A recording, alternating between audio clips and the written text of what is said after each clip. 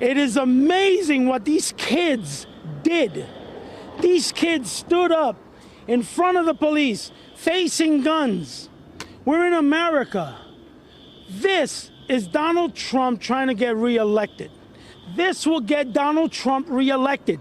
If you people keep going out there and looting the streets and breaking people's windows, this ain't cool. Now, You're how doing something beautiful. How do we change? Talk about how do we make a real change, though, with race relations? I honestly think with racism, it's gonna take us a couple of years.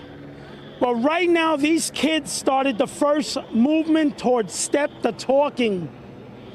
And we need to sit down. These kids do not have a leader. They don't know what they're doing.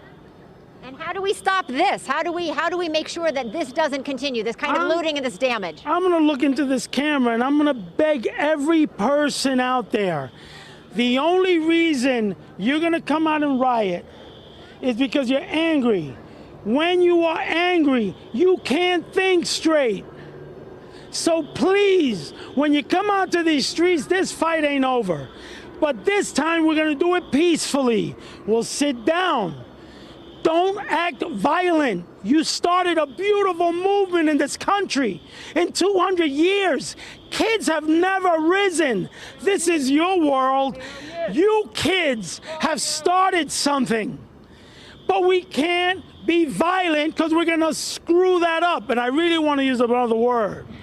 But please, don't do that, Abel. I rescued a police officer out of the pit of 9/11. I've been waiting 20 years to be compensated. If they would have put me on that bus with all the protesters, that would have been murder. Because I have asthma, I'm diabetic, and I told them and they took my mask off, and he didn't let me put my mask on. So you were out here today, Abel, you're saying, and you were cited for protesting today? Yeah, I tried to calm everybody down. I believe that somebody has to lead these kids in this fight.